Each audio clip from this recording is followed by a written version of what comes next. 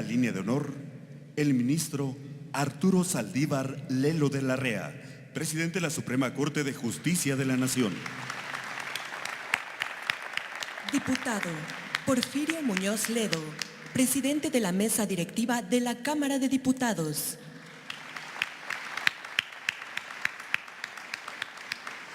Senador Martí Batres Guadarrama, presidente de la Mesa Directiva de la Cámara de Senadores.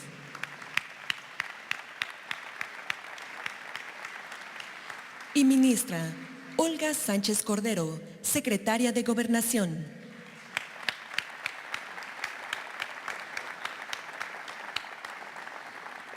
También nos acompañan integrantes del Gabinete Legal y Ampliado del Gobierno de México, Gobernadores de diferentes entidades federativas, representantes de medios de comunicación y público en general. Sean todos bienvenidos.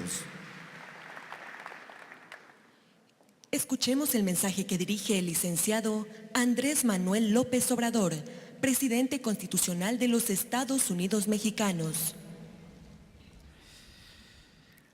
Amigas, amigos todos, licenciado Arturo Saldívar Lelo de la Rea,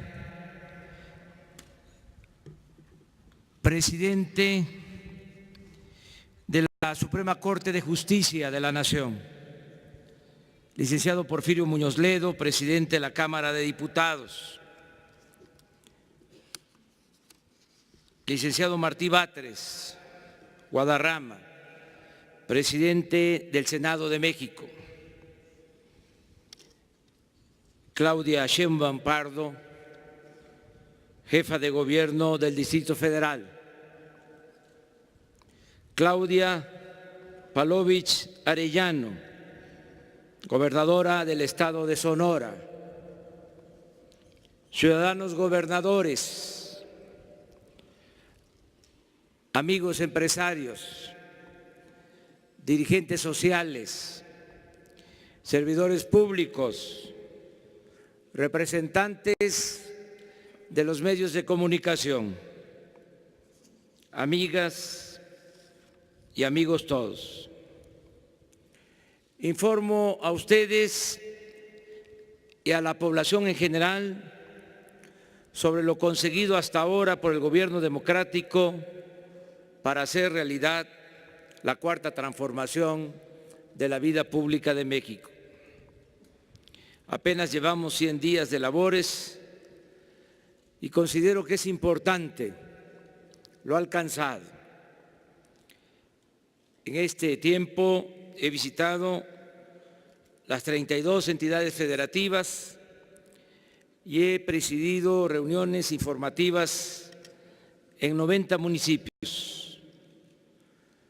Hemos establecido como forma de trabajo la celebración de reuniones diarias de seguridad pública de lunes a viernes de 6 a 7 de la mañana. Y a partir de esa hora informamos a la población a través de los medios convencionales y de las redes sociales. Por lo general, los fines de semana los dedicamos a visitar las distintas regiones del país para recoger los sentimientos de la gente y constatar los avances de los programas de desarrollo y bienestar. A diferencia de lo ocurrido con las 3 anteriores transformaciones, la independencia, la reforma, la revolución, la cuarta transformación no ha requerido de una nueva constitución, pero sí de profundas reformas legales para ajustar el marco jurídico a las nuevas realidades y circunstancias. Hasta hoy se han aprobado 3 importantes reformas constitucionales: la ley de extinción de dominio para la expropiación expedita de bienes que son producto de la corrupción y de la violencia, los cuales se destinarán al bienestar de nuestro pueblo. También se modificó el artículo 19 de la Constitución para tipificar como delitos graves y sin derecho a fianza los actos de corrupción, el robo de combustible y el fraude electoral, entre otros. Aquí abro un paréntesis para subrayar que no fue casual que la corrupción durante mucho tiempo no se considerara delito grave. ¿Saben cuándo se reformó el Código Penal para quitar la gravedad a todos los hechos de corrupción? El 10 de enero de 1994, en pleno auge neoliberal o neoporfirista, así o más claro. Además, ya se aprobó en el Congreso de la Unión y en la mayoría de las legislaturas locales la reforma constitucional para la creación de la Guardia Nacional, que tiene como principal objetivo garantizar la seguridad pública para todos los mexicanos. Está en proceso de aprobación en las cámaras de diputados y senadores la reforma para eliminar el fuero constitucional del presidente de la República y que el presidente pueda ser juzgado en funciones por hechos de corrupción y otros delitos. También se están proponiendo modificaciones que establecerán el derecho efectivo de los ciudadanos a la consulta popular, a la revocación del mandato, y está por aprobarse la ley de austeridad republicana. En el terreno del bienestar se ha propuesto al Congreso cancelar la mal llamada reforma educativa y estamos por enviar la iniciativa de ley para hacer efectivo el derecho del pueblo a la salud. En fin, a mediados de este año lograremos contar con el marco legal indispensable para llevar a la práctica la cuarta transformación de la vida pública del país. En este proceso hemos contado con el apoyo de legisladoras y legisladores de todos los partidos. Expreso a todas y a todos ellos mi agradecimiento sincero. En estos poco más de 3 meses hemos mantenido una relación de respeto a las autonomías de los otros poderes y a las autoridades estatales y municipales. Y esa conducta la mantendremos a lo largo de todo el sexenio. Estamos empeñados en establecer un auténtico Estado de Derecho. Seguiremos apegándonos al principio de que al margen de la ley nada y por encima de la ley nadie. La Presidencia de la República no tiene partido ni privilegia a dirigentes o representantes de sindicatos, organizaciones sociales o grupos de intereses creados. El gobierno es de todas y de todos los mexicanos y su función principal es hacer valer la justicia y buscar el bienestar y la felicidad del pueblo. También hemos sido respetuosos de las libertades. Nadie ha sido afectado por su manera de pensar, por su ideología, por su creencia religiosa, por su cultura o por su preferencia sexual. Nuestro gobierno promueve y respeta los derechos humanos y está decidido a cumplir el compromiso de averiguar el paradero de los jóvenes desaparecidos en Ayotzinapa. Ya se constituyó la Comisión de la Verdad y deseo con toda mi alma que pronto se obtengan resultados. También seguimos atendiendo a familiares de víctimas de la violencia. Estamos protegiendo a periodistas y ciudadanos amenazados de muerte. Se atiende con respeto a migrantes centroamericanos y a todos los migrantes del mundo. Se canceló la cárcel de las Islas Marías y sus tierras y sus aguas se convertirán en un centro ecológico donde acamparán niñas, niños, jóvenes para estudiar y convivir con el medio ambiente. Asimismo, se abrieron los archivos de la antigua Dirección Federal de Seguridad.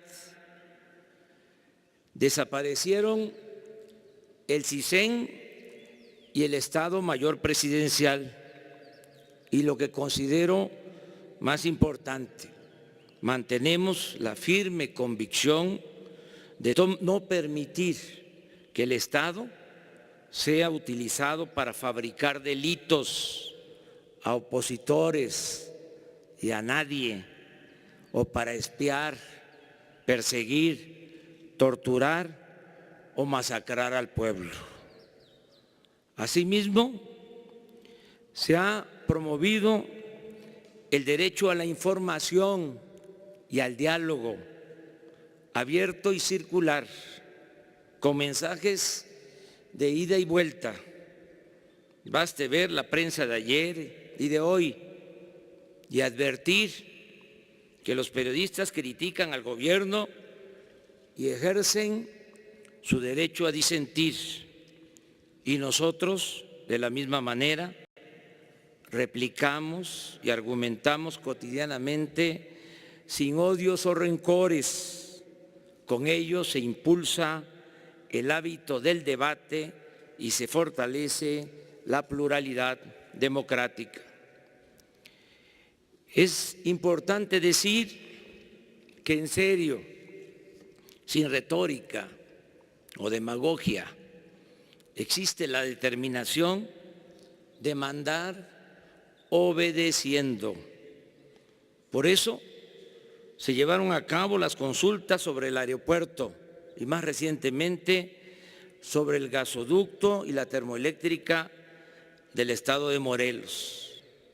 Es prioridad actuar siempre con respeto a la voluntad mayoritaria del pueblo y acabar de una vez y para siempre con las antiguas prácticas de manipulación, compra de votos, la intervención gubernamental en elecciones y la falsificación de resultados. Se acabará, ese es mi compromiso, con los fraudes electorales. En política exterior nos hemos apegado a los principios constitucionales de no intervención, autodeterminación de los pueblos, solución pacífica de las controversias, proscripción de la amenaza o del uso de la fuerza en las relaciones internacionales, igualdad jurídica de los estados, cooperación internacional para el desarrollo, respeto, protección y promoción de los derechos humanos y lucha por la paz y la seguridad internacionales. Queremos mantener una relación de amistad con todos los pueblos y gobiernos del mundo. Es vigente, no anacrónica, como algunos piensan, la frase del Benemérito de las Américas, según la cual entre los individuos como entre las naciones el respeto al derecho ajeno es la paz. La relación con el gobierno de los Estados Unidos de América ha sido cordial. No se usa el lenguaje acusatorio o ríspido, sino la diplomacia y la comunicación permanente. Mi gobierno no está a favor del uso de la fuerza para contener la migración, sino que se propone atender las causas que la originan. Por ello, estamos trabajando para conseguir un acuerdo de cooperación para el desarrollo con el gobierno de los Estados Unidos. Es importante informar que existe el compromiso de ese gobierno vecino de invertir al menos 2.500 millones de dólares en los países hermanos vecinos de Centroamérica y 4.800 millones de dólares en proyectos productivos en nuestro país, sobre todo en el sur-sureste. Esta política se enmarca en la propuesta de crear cortinas de desarrollo de sur a norte para convertir la migración en voluntaria, no un acto forzado por la carencia, la inseguridad o la falta de perspectivas. Nuestro gobierno, y ese es un objetivo, es trabajar para que los centroamericanos, los mexicanos, tengan la posibilidad de ser felices donde nacieron, donde están sus familias y sus raíces culturales. En materia económica, estamos aplicando la fórmula de acabar con la corrupción y con la impunidad para liberar fondos que puedan ser destinados al desarrollo y al bienestar del pueblo. En eso consiste nuestro plan económico, en esencia, en acabar con la corrupción, con los privilegios y liberar fondos de esta forma para el desarrollo. Solo por poner un ejemplo, el combate al robo de combustible nos permitirá ahorrar este año 50.000 millones de pesos. Agrego que ya no hay lujos en el gobierno.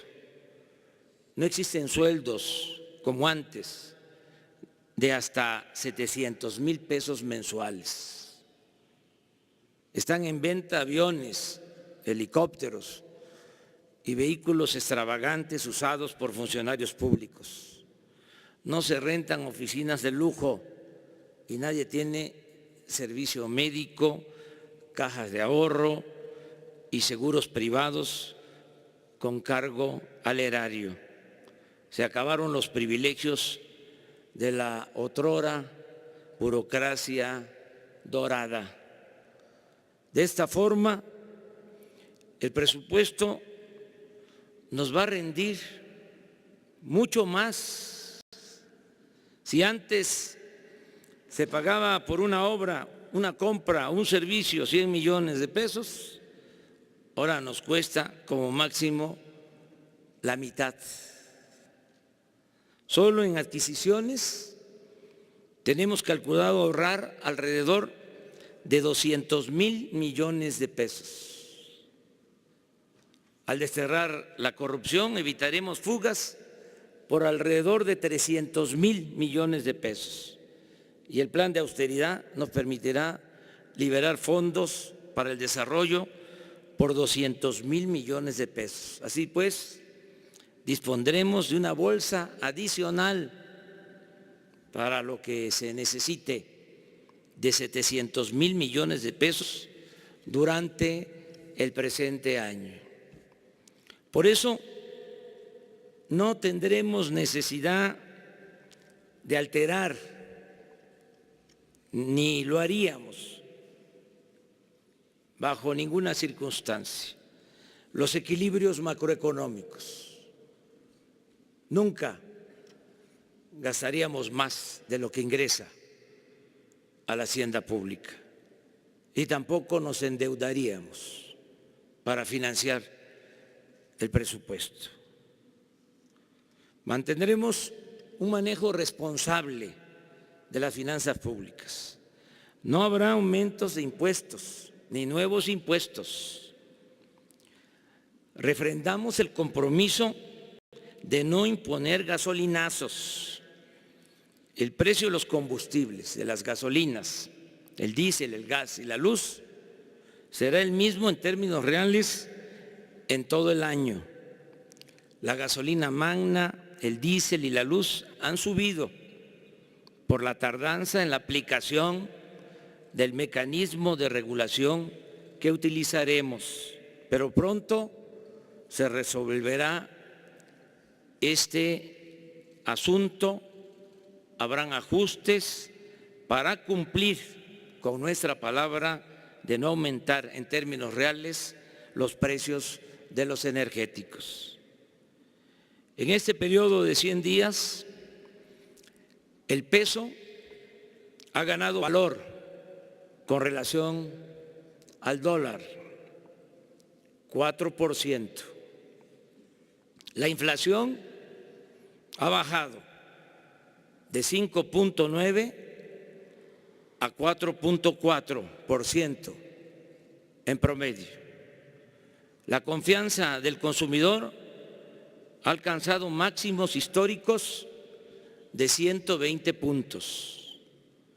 En el primer bimestre de 2019, la recaudación del gobierno federal sumó 703,900 millones de pesos, cifra 8,000 millones de pesos por encima de lo programado en la Ley de Ingresos de este año y 2.6% mayor en términos reales al observado en el mismo periodo de 2018. En particular, destaca la recaudación del impuesto sobre la renta, la cual creció 3.2% en términos reales. Estoy seguro que la confianza de los contribuyentes en el manejo honrado de sus impuestos nos permitirá superar con creces la meta establecida. Además, el combate a la corrupción hará posible un incremento en los ingresos en Pemex y en la Comisión Federal de Electricidad. La economía, afortunadamente, está en marcha. Aún crece poco, pero no hay ni asomo de recesión, como quisieran nuestros adversarios conservadores o como pronostican con mala fe sus analistas. Se van a quedar con las ganas.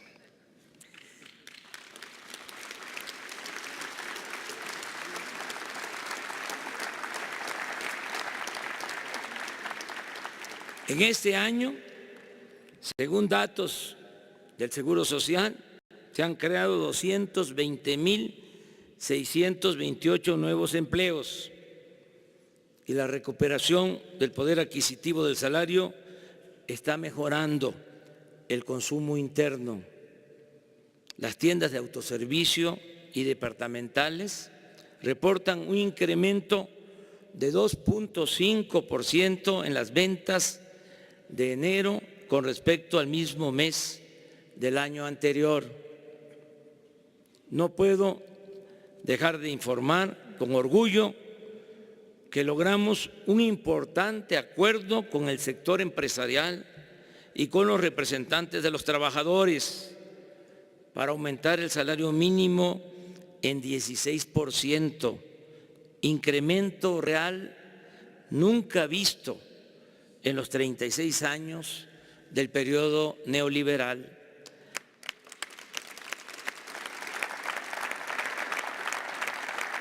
Aquí quiero decir que la nueva política laboral de recuperación de la pérdida del poder de compra de los asalariados no puede rendir frutos espectaculares de la noche a la mañana.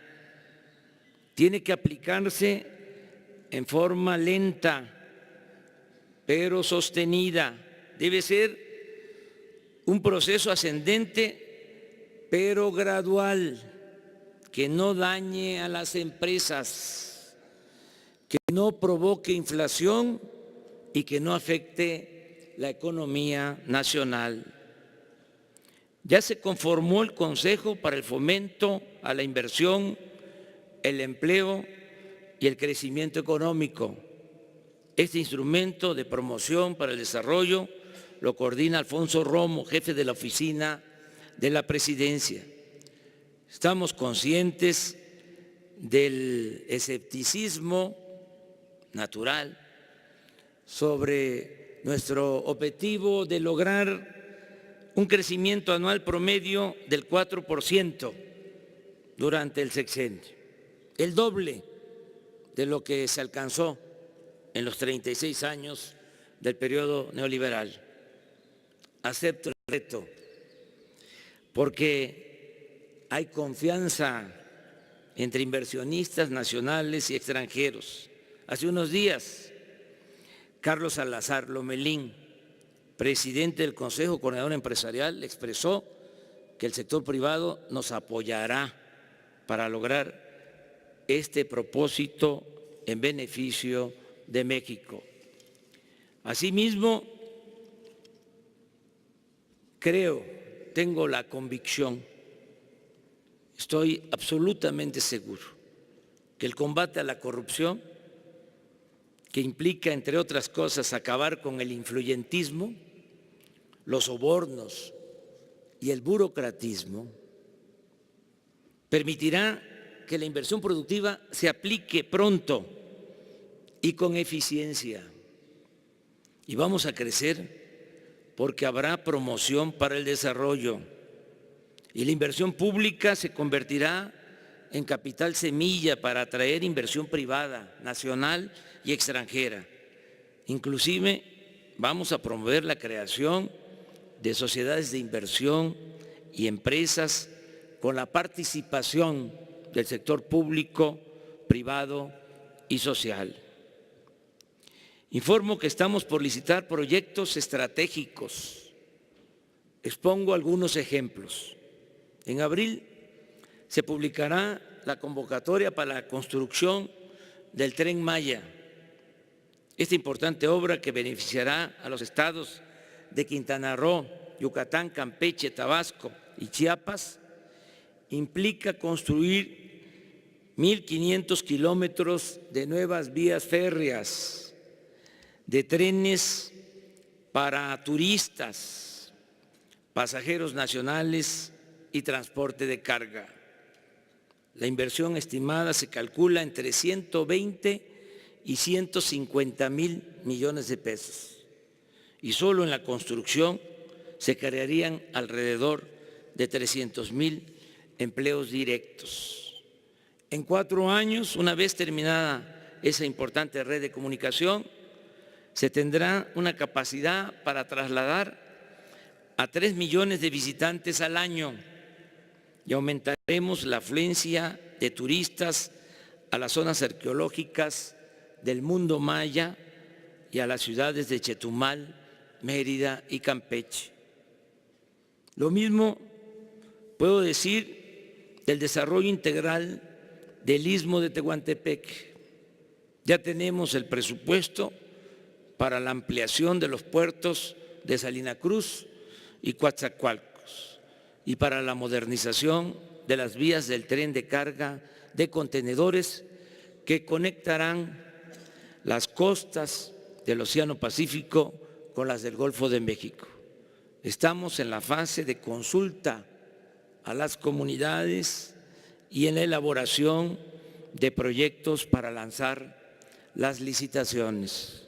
Tengamos presente que esta angosta franja de 230 kilómetros en línea recta de nuestro territorio será una vía de comunicación parecida al Canal de Panamá y con algunas ventajas importantes, adicionales.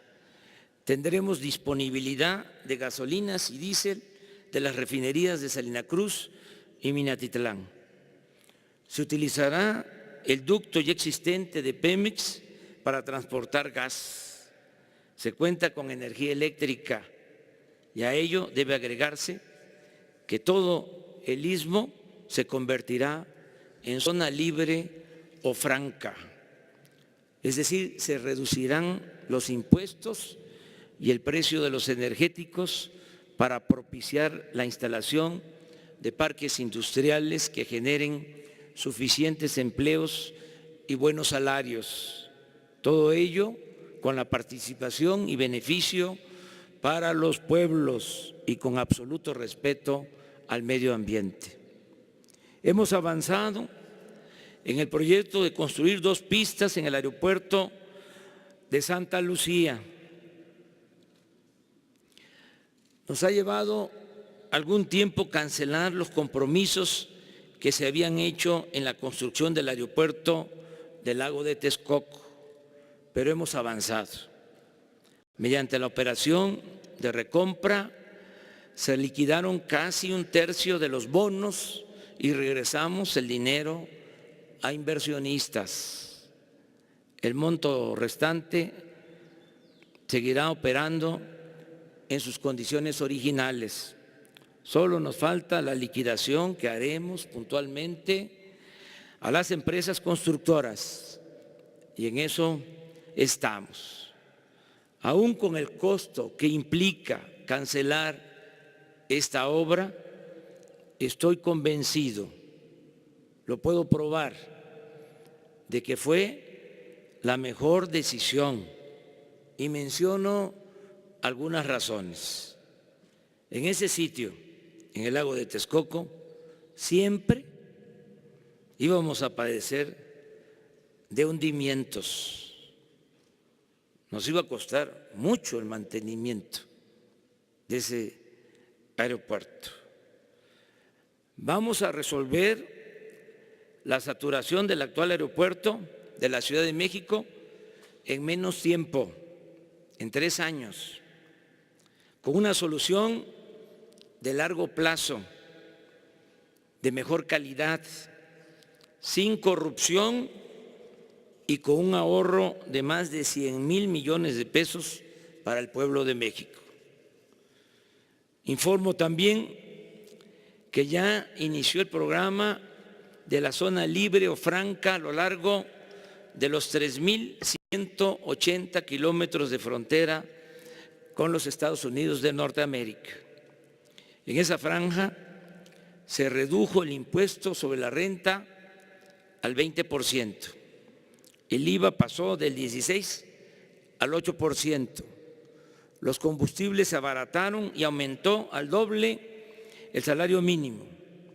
Estas medidas buscan incentivar la inversión para crear empleos y oportunidades de negocios y establecer de esta forma una última cortina de desarrollo en nuestro país para evitar la migración. El día de hoy publicaremos las bases para licitar la concesión de 50,000 kilómetros de líneas de fibra óptica de la Comisión Federal de Electricidad para comunicar por Internet a todos los municipios y a los pueblos más apartados y marginados del país. La contraprestación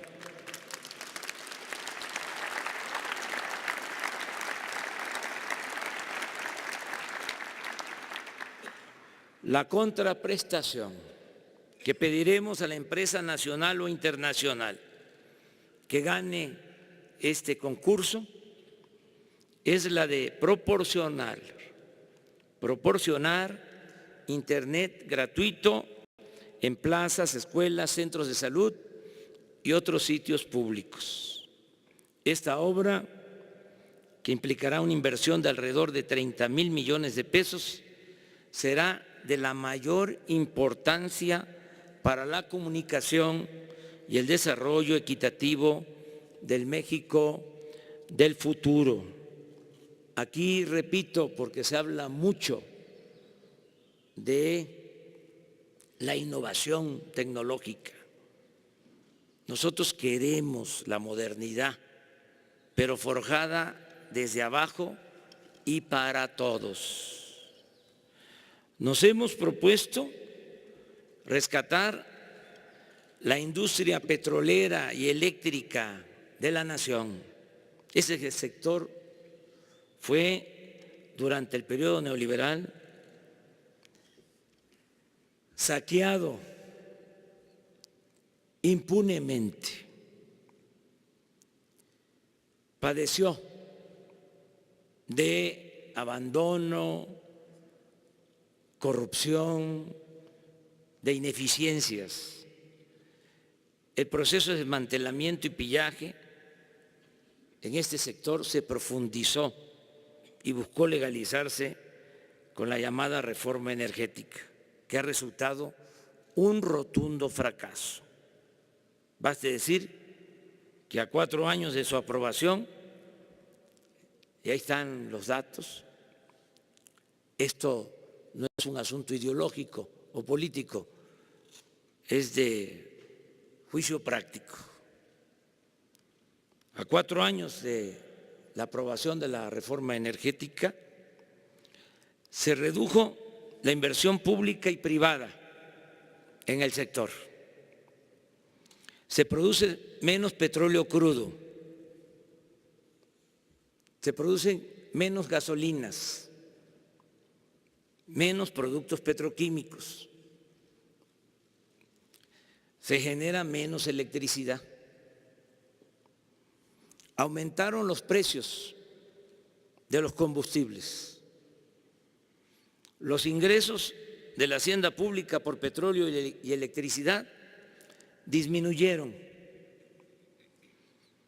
Los contratos que firmaron funcionarios públicos con particulares y las operaciones fraudulentas realizadas con empresarios e inversionistas vinculados a los gobiernos anteriores incrementaron la deuda tanto de Pemex como de la Comisión Federal de Electricidad. Afortunadamente, como una bendición, cuando parecía que todo estaba perdido, la gente decidió a favor de un cambio de régimen y por otra política económica. Y ahora, a pesar de la complejidad del problema, existen condiciones favorables y la firme determinación de rescatar el sector energético nacional. Estamos optimistas porque ya se detuvo la corrupción tolerada en Pemex y en la Comisión Federal de Electricidad. Gracias a ello y al plan de austeridad del gobierno y de dichas empresas, estamos invirtiendo más para la producción de petróleo, para la refinación y para la generación de energía eléctrica. El año pasado, el presupuesto de inversión ejercido por Pemex fue de 185,000 830 millones de pesos. Ahora es de 272.627 millones de pesos, 46% más. La Comisión Federal de Electricidad ejerció el año pasado 37.200 millones de pesos de inversión. Ahora dispone de 61.000 millones de pesos, 64% más. En materia de obra pública, estamos dando prioridad a la conservación de infraestructura y a la terminación de obras en proceso. La inversión para el mantenimiento de carreteras y de caminos rurales es de 41.298 millones de pesos, un monto superior a lo destinado en los últimos 10 años. Además, el 78% de esa inversión destinada al mantenimiento, a la conservación de carreteras, ya fue licitada y asignada a empresas constructoras para adelantarnos a la temporada de lluvias. Asimismo, todas las secretarías cuentan con un inventario de obras en proceso o inconclusas. Se trata de centros de salud, hospitales, presas, acueductos, canales de riego, carreteras, libramientos, escuelas, trenes, unidades habitacionales, gasoductos, plantas de fertilizantes, centros turísticos, termoeléctricas, puertos y muchas otras obras mal planeadas, abandonadas o sin terminarse. Ante este tiradero de obras, hemos decidido priorizar y elaborar un programa multianual para asignar recursos y concluir la infraestructura y estas obras a lo largo del sexenio. En muchos casos no podríamos terminarlas este año ni el año próximo. Les doy el ejemplo del tren Toluca, Ciudad de México. Se pensó que iba a costar 30.000 millones. Se han ejercido 60.000 y nos faltan 30.000 más para terminarlo. Vamos, por eso, a hacer un plan y terminarlo durante el sexenio. Otro ejemplo, el tren en Guadalajara. Se estimó que iba a costar 25.000 millones y en realidad se tienen que ejercer 50.000 millones, el doble. Y ya estaba a punto de inaugurarse. Se aprobó para este año 1.000 millones y pensábamos que con eso se terminaba, pero nos llegó la información de que no iba a alcanzar esa cantidad y le pedí al secretario de Comunicaciones, al ingeniero Jiménez Espriu, que me presentara un informe. Y en efecto, para terminarlo este año necesitamos 4.500 millones de pesos, no 1.000. ¿Qué estamos haciendo en este caso? Pues estamos haciendo un acopio de recursos para que en efecto terminemos esa obra en diciembre de este año, que no se siga posponiendo. Esta es una estrategia que se va a aplicar para todas las obras en proceso. Imagínense, hay 70 hospitales inconclusos. No los podríamos terminar este año ni el año próximo. Es un plan para terminar todas estas obras que significan inversión, presupuesto público, dinero de todos los ciudadanos. Y por eso también recogemos la lección. Hemos hecho el compromiso de no iniciar ningún proyecto de gran escala que no podamos terminar durante nuestro mandato. Es decir, el Tren Maya, la refinería, el corredor transísmico, las carreteras, el aeropuerto y todo lo que hagamos deberá concluirse y quedar funcionando en el sexenio. También informo que ya iniciamos el programa de atención a comunidades afectadas por los sismos de 2017. De igual manera, hemos comenzado con el programa de mejoramiento urbano y vivienda en 14 municipios del país, tanto en municipios de la frontera como en las ciudades turísticas, para aminorar el contraste entre zonas turísticas con hoteles de gran lujo y colonias marginadas. Este año vamos a reestructurar 194,000 créditos del Infonavit, de gente que paga y no termina de pagar. Esto va a beneficiar a muchas familias de trabajadores. El gobierno de la Cuarta Transformación buscará siempre hacer realidad el ideal de la justicia social, empezando por aplicar el criterio de que por el bien de todos, primero los pobres. Es un timbre de orgullo, una dicha enorme, y creo que este es un ideal compartido por todos los mexicanos, de todos los sectores. Que se destinen este año más de 300,000 millones de pesos del presupuesto público a mejorar las condiciones de vida y de trabajo de la gente más humilde y pobre de nuestro país. De cada 10 hogares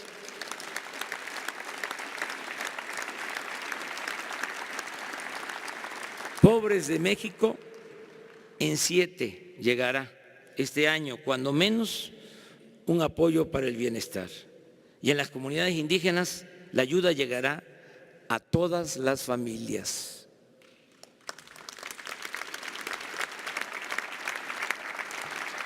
En el acto del Zócalo, el día 1 de diciembre, hice 100 compromisos con el pueblo de México. Repasándolos al día de hoy, y vamos a entregar los anexos correspondientes. Ya 62 de esos 100 compromisos se han convertido en hechos y 38 están en proceso de cumplirse. El primero de los 100 compromisos ya lo estamos llevando a cabo. Consiste en que todos los programas de bienestar tienen como población preferente a las comunidades indígenas de México. Prueba de ello es que ya iniciamos la construcción de caminos en 47 municipios de usos y costumbres de Oaxaca. La pensión para adultos mayores se duplicó.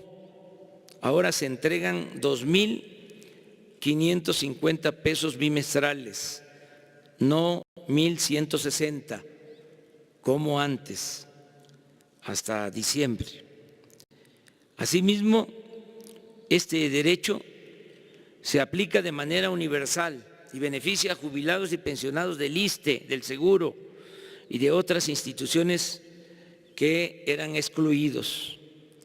Hasta hoy han recibido su ayuda de manera directa o están por hacerlo 13 millones de personas, y hago el compromiso de que para el próximo informe trimestral estarán siendo apoyados de esta manera 18 millones de beneficiarios.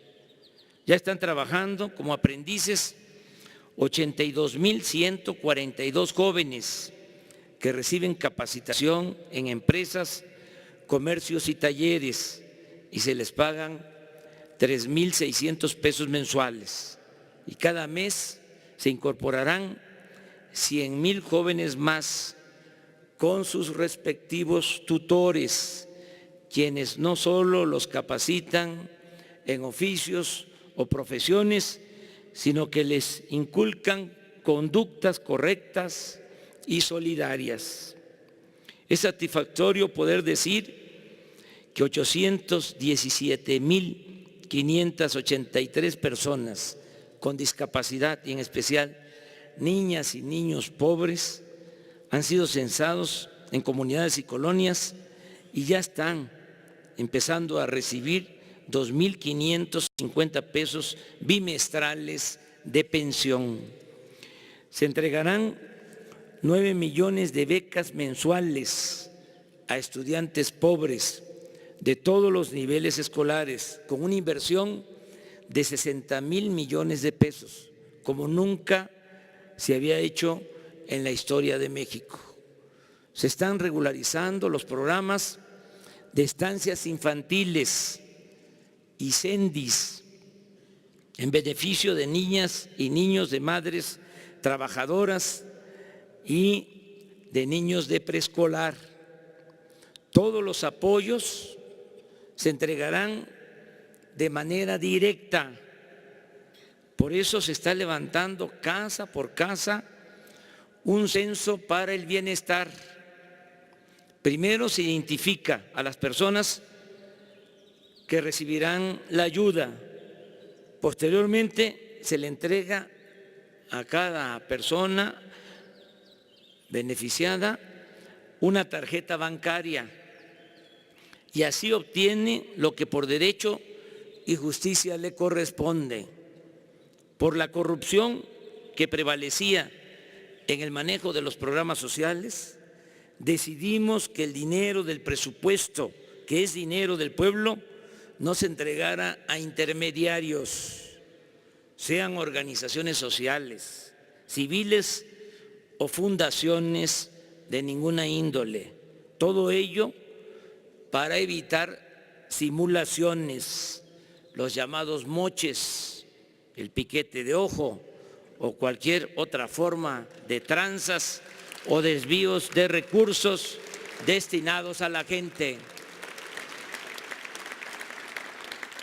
Reconocemos una gran importancia a la economía popular o microeconomía y con ello vamos a lograr que haya crecimiento y bienestar.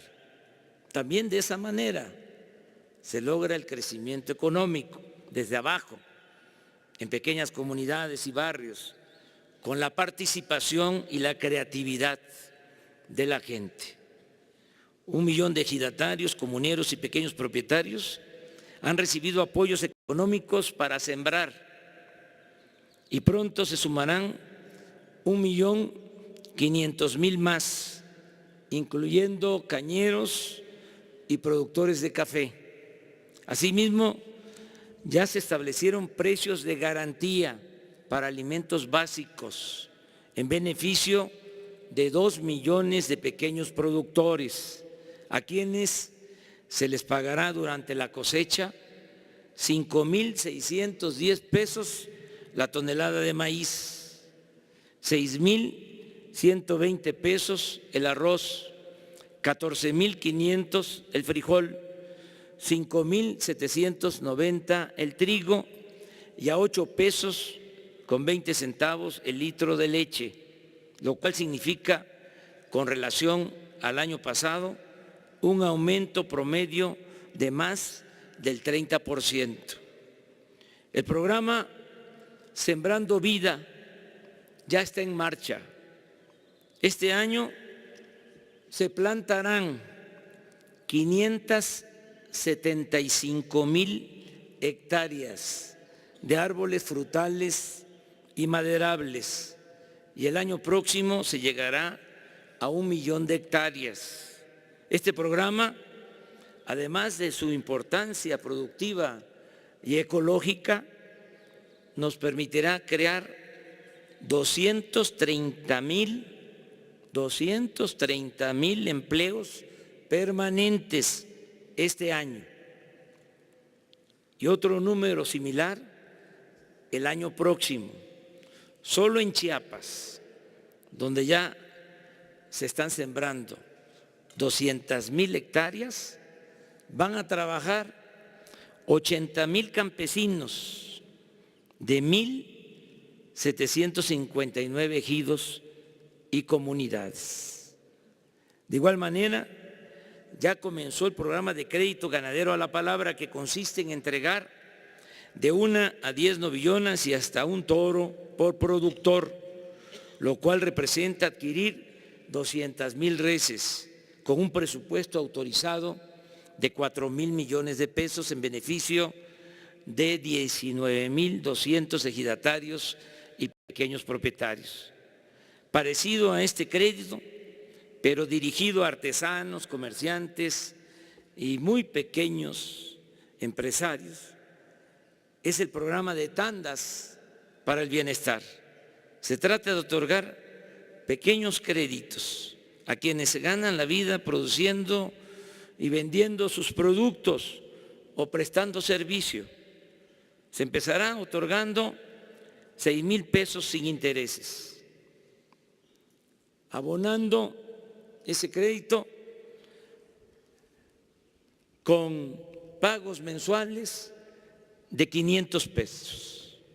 Al terminar de pagar los 6,000 pesos, recibirán de inmediato 10,000, luego 15,000 y así hasta 20,000.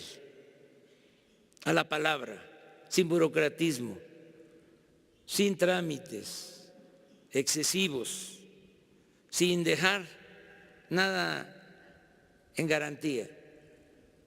La mayor riqueza de México es la honestidad de su pueblo. A eso nos atenemos. Este pequeño crédito ayudará para comprar mercancía, materia prima, un aparato electrodoméstico, herramientas o cualquier insumo. Este programa beneficiará a 1 millón de personas que están ahora, como muchas otras, excluidas del sistema financiero. Se les considera no sujetos de crédito y quedan expuestos al agio y a la usura. Me dio mucho gusto que cuando empezó a hacerse el censo del bienestar, se va casa por casa y la gente se apunta, se inscribe. Si es un adulto mayor, su pensión; si es una persona con discapacidad, su pensión. Pero teníamos contemplado originalmente dar créditos a 500,000 pequeños comerciantes, artesanos, pequeños empresarios, y se censaron hasta ahora, se inscribieron 5 millones. Tenemos esas solicitudes y es un gran motivo de satisfacción. Da mucho gusto el que la gente esté pidiendo apoyo para salir adelante, para trabajar, para buscarse la vida. Entonces, este es uno de los programas que vamos a procurar que no le falte presupuesto. Por eso, aunque nos quedemos sin camisa, aunque pasemos de la austeridad republicana a la pobreza franciscana, siempre habrá estos apoyos. En educación hemos logrado, entre otras cosas importantes, algo que considero valioso: aminorar la polarización que se desató con la llamada reforma educativa. Yo creo que eso es lo más importante. Estaba muy confrontada la población, mucha polarización por la llamada reforma educativa.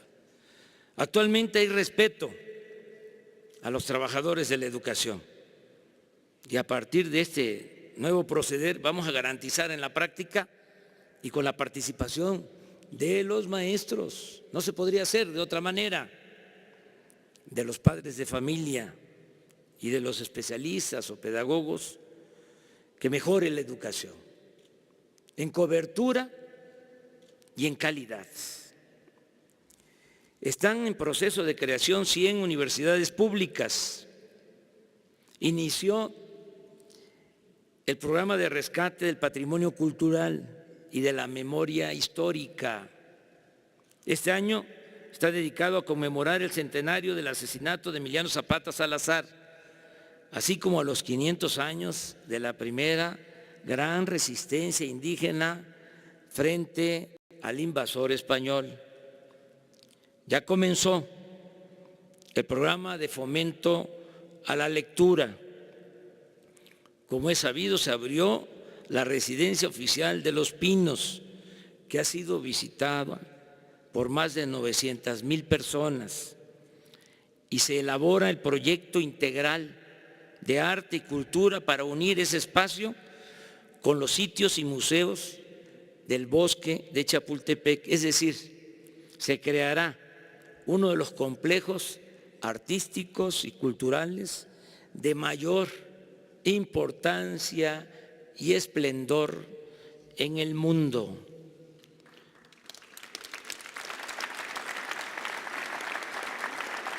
También hemos avanzado en el terreno deportivo. Fue un acierto poner como directora de la Comisión Nacional de Cultura Física y Deporte, CONADE, a la medallista olímpica Ana Guevara. Ella está impulsando todas las prácticas y disciplinas deportivas y ya se estableció la comisión especial, Alfredo, para el fomento al béisbol, la caminata y el boxeo. En materia de salud, estamos trabajando para mejorar de fondo y de manera integral la atención médica y el abasto de medicamentos. Vamos a sustituir el llamado seguro popular, que ni es seguro ni es popular, por un nuevo sistema de salud con atención médica de calidad y con un cuadro completo de medicamentos gratuitos, no solo los del denominado cuadro básico. El gobierno en su conjunto compró el año pasado 93,885 millones de pesos en medicinas y materiales de curación, casi 100,000 millones de pesos, a un grupo muy reducido, por cierto, de proveedores. Tan solo el gasto en medicamentos y material de curación adquirido por el ISSSTE y el Seguro Social significó en 2018 una erogación de 54,940 millones de pesos, que fue suministrado en un 63% por solo 3 proveedores. Pero lo peor es que en los centros de salud y hospitales no existe abasto suficiente de medicamentos. A causa de la corrupción que ha imperado en este sector, sobre todo, insisto, en la compra de medicinas, el servicio que hoy se ofrece en centros de salud y hospitales es de pésima calidad.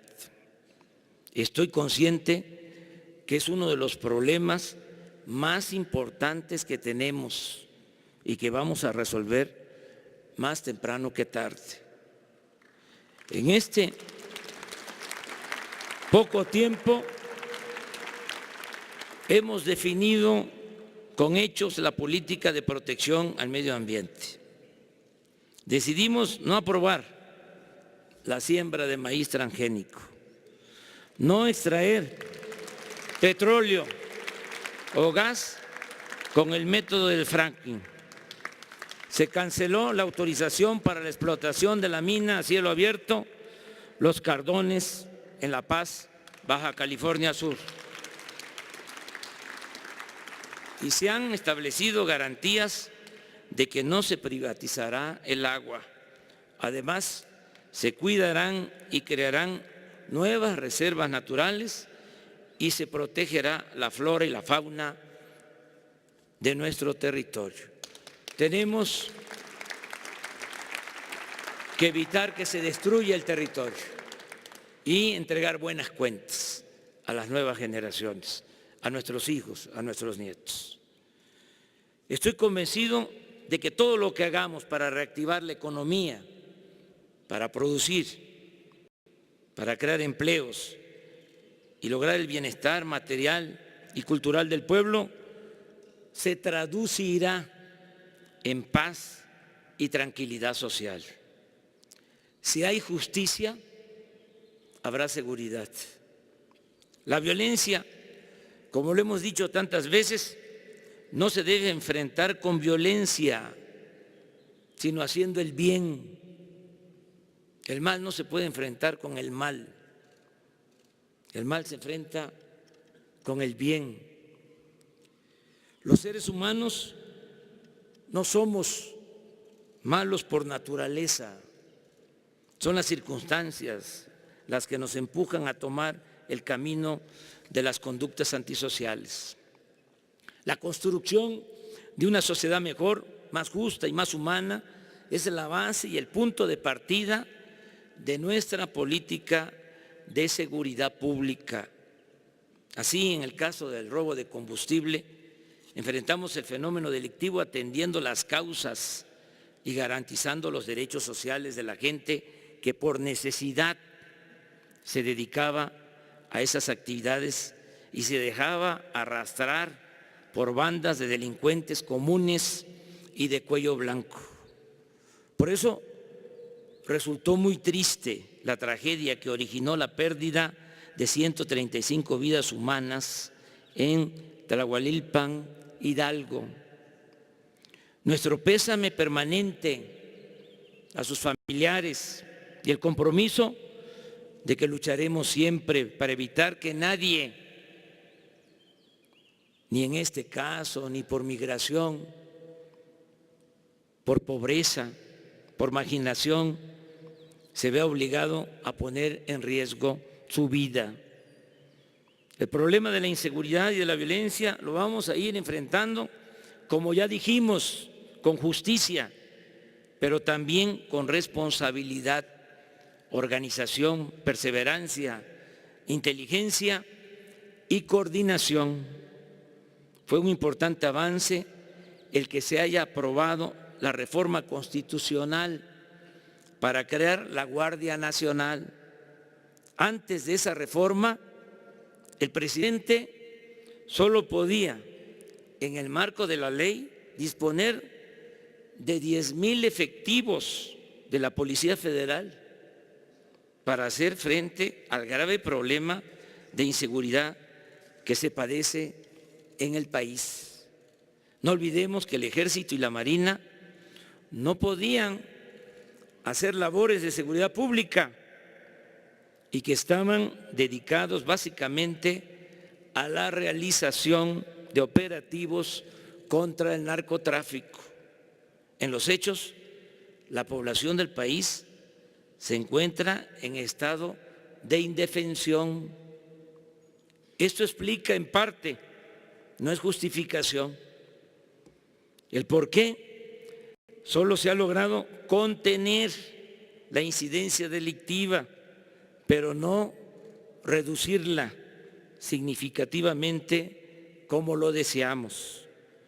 Digo esto porque se mantiene prácticamente el mismo número de homicidios y de robos de vehículos de antes de que llegáramos al gobierno. En homicidios, el promedio diario de enero a noviembre de 2008 fue de 91.3 homicidios diarios y de diciembre a marzo de 2019 ha sido de 88.2. El robo de vehículo en el mismo periodo del gobierno anterior fue de 669.6 robos diarios de vehículos y ahora 636.1. En el robo de combustible sí se redujo la cifra y hay buenos resultados. Y esto es un ejemplo de que se puede, porque en el caso del robo de combustible unimos todas las fuerzas y trabajamos de manera conjunta y se logró avanzar. Este ilícito pasó de 81,000 barriles diarios sustraídos ilegalmente en noviembre del año pasado, 81,000 barriles diarios, a solo 15,000 barriles como resultado del operativo conjunto para cerrarle el paso a este tolerado y peligroso delito. Por eso estoy seguro que cuando se avance más con los programas de bienestar y logremos con la Guardia Nacional la suma de elementos, son 220,000 elementos del Ejército, 40,000 de la Marina, más los 10,000 efectivos de la Policía Federal, todos juntos, en 266 coordinaciones en todo el país. Esta suma de elementos, de recursos, de voluntades, el que tengamos presencia en todo el territorio nacional, permitirá proteger a la gente y se reducirá sustancialmente el número de homicidios, robos, secuestros y otros delitos. Aquí es el momento de reconocer el trabajo eficaz, las desmañanadas de los integrantes del Gabinete de Seguridad Pública, incluida la secretaria de Gobernación, que desde antes de las 6 de la mañana está en estas reuniones del Gabinete de Seguridad, encabezado este gabinete con mucha eficacia y eficiencia por Alfonso Durazo. Y al mismo tiempo es el momento de agradecer a las Fuerzas Armadas, al Ejército, a la Marina, al general secretario, al almirante, por su apoyo comprometido, su apoyo al pueblo de México en estas tareas y agradecer por su lealtad a la patria. Amigas y amigos, aunque todavía es el comienzo del camino hacia el progreso con justicia, ya empezamos a escribir el prólogo de la gran obra de transformación nacional. Ya probamos que se puede gobernar para el pueblo y con el pueblo. Ahí está la actitud solidaria, fraterna de la gente que con mucha conciencia, cuando tuvimos el problema del abasto de gasolinas, porque decidimos enfrentar el robo de combustible, se portaron a la altura de las circunstancias. En situación muy difícil, el tener que esperar hasta más de una hora para cargar gasolina. Y nos apoyaron. Bien decía Juárez, con el pueblo todo, sin el pueblo nada. También hemos confirmado en este periodo de 100 días que si se acaba con la corrupción y se gobierna con austeridad, se puede obtener más crecimiento económico. Esto es lo que vamos a demostrar, no solo en México, en el extranjero. Este es el nuevo modelo de política económica.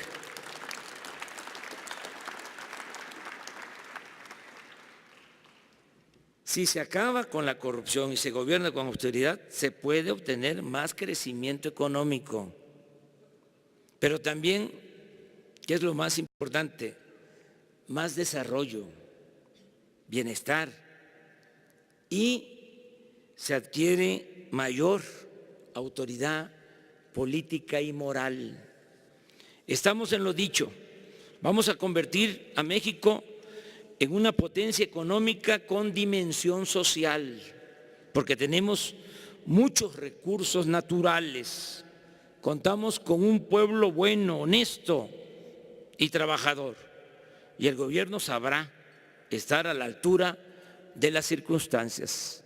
Agradezco la confianza del pueblo de México, de todos los sectores. Agradezco en especial la confianza de los empresarios. Y reitero, reafirmo, refrendo el compromiso de no fallar. Nunca jamás claudicaré, antes muerto que traidor.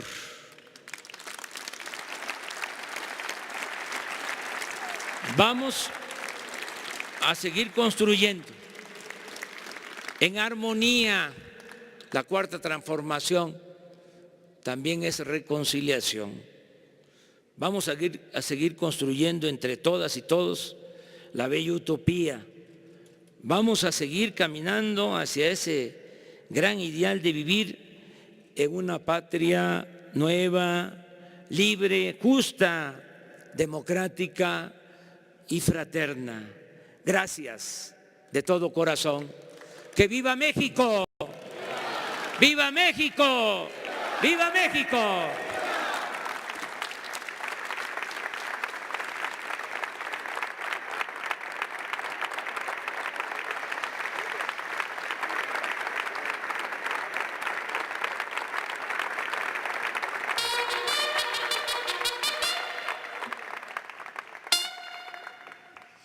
Se les invita a ponerse de pie para entonar nuestro himno nacional.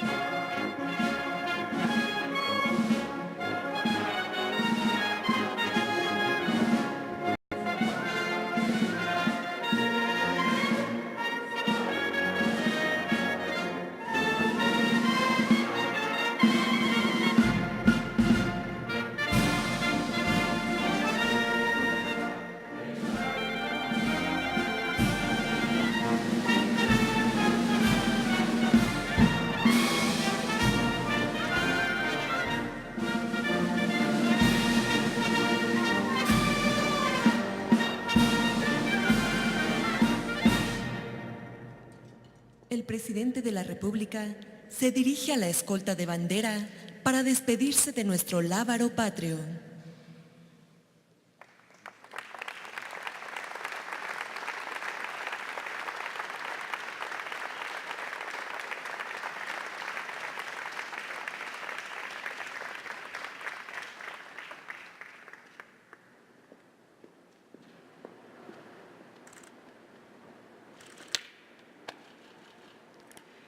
Se agradece la asistencia del presidente de la República, así como de los funcionarios e invitados que lo acompañaron.